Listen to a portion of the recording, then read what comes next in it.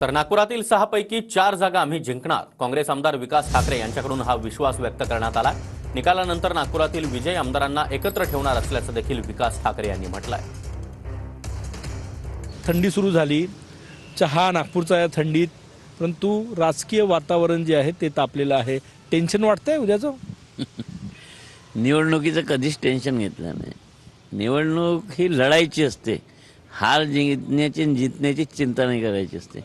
नागपूर शहरात काय होईल असं वाटतं? तुम्ही शहराध्यक्ष पण आहात, तुमच्यावरती पण जबाबदारी आहे। नागपूर शहरात मला वाटतं की 4 जागा आमच्या निवडून येऊन झाल्या आणि 2 जागेवर टक्कर आहे, तिथे काहीही होऊ शकते। आमदारांना नेण्यासाठी विशेष विमानाची व्यवस्था, हॉटेलवारी हे सगळेच होणार आहे। तुमच्यासाठी व्यवस्था पण केली आहे विशेष विमानाची। काय निरोप आले?